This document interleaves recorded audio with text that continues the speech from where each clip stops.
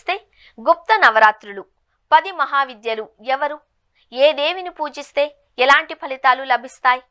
సనాతన ధర్మంలో నవరాత్రి ఉత్సవాలను సంవత్సరానికి 4 సార్లు జరుపుకుంటారు. వీటిలో చైత్ర నవరాత్రులు, శారదా నవరాత్రులు అందరికీ సుపరిచితమైనవి. అయితే వీటితో పాటు ఆషాఢ గుప్త నవరాత్రులు, మాఘ గుప్త నవరాత్రులు అనే మరో 2 ప్రత్యేక నవరాత్రులు కూడా ఉన్నాయి. ఇవి సాధారణ నవరాత్రుల కంటే భిన్నమైన ఆధ్యాత్మిక ప్రాధాన్యతను కలిగి ఉంటాయి. చైత్ర, శారద నవరాత్రుల సమయంలో దుర్గాదేవి నవదుర్గ రూపాలను భక్తి శ్రద్ధలతో ఆరాధిస్తారు.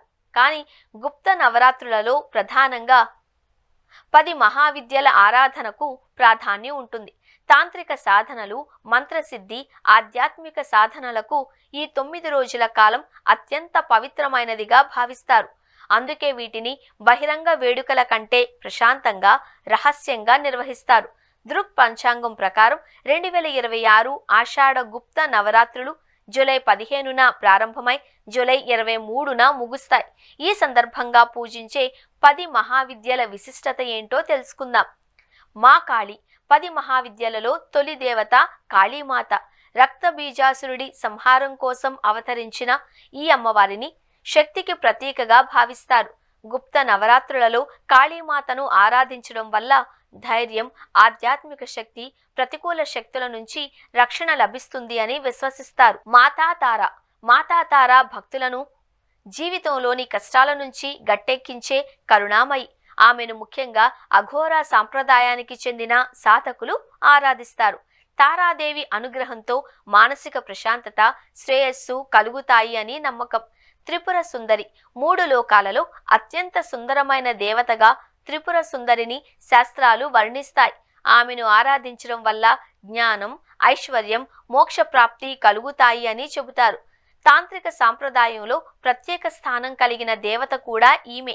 భువనేశ్వరీ దేవి సమస్త సృష్టికి అధిష్టాన దేవత భువనేశ్వరి. పంచభూతాలకు మూలశక్తిగా ఆమెను భావిస్తారు.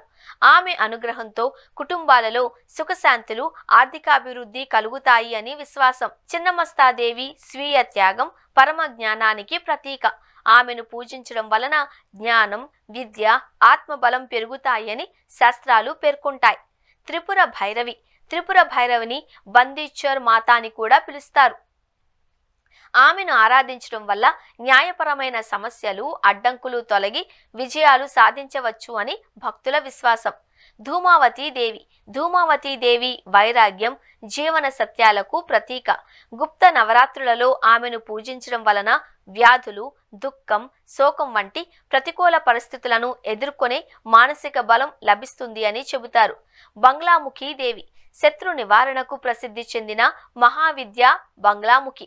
ఆమె అనుగ్రహంతో శత్రువులపై విజయం, న్యాయపరమైన వ్యవహారాలలో అనుకూల ఫలితాలు లభిస్తాయని నమ్ముతారు. పురాణాల ప్రకారం మహాభారత యుద్ధంలో శ్రీకృష్ణుడు, అర్జునుడు కూడా ఆమెను ఆరాధించినట్లు చెబుతారు. మాతంగీదేవి వాక్పటిమ, సంగీతం, కళలకు అధిదేవత మాతంగి. ఆమెను పూజించడం వలన విద్య, కళలు, కుటుంబ సౌఖ్యం, వాక్చాతుర్యం పెరుగుతాయి అని విశ్వసిస్తారు. కమలాదేవిని తాంత్రిక లక్ష్మిగా కూడా పిలుస్తారు. అదృష్టం, ఐశ్వర్యం, గౌరవం, సంపదలను ప్రసాదించే దేవతగా ఆమెకు ప్రత్యేక స్థానం ఉంది. కమలాదేవి అనుగ్రహం లక్ష్మీదేవి కటాక్షంతో సమానమైన ఫలితాలను అందిస్తుంది అని శాస్త్రాలు పేర్కొంటాయి.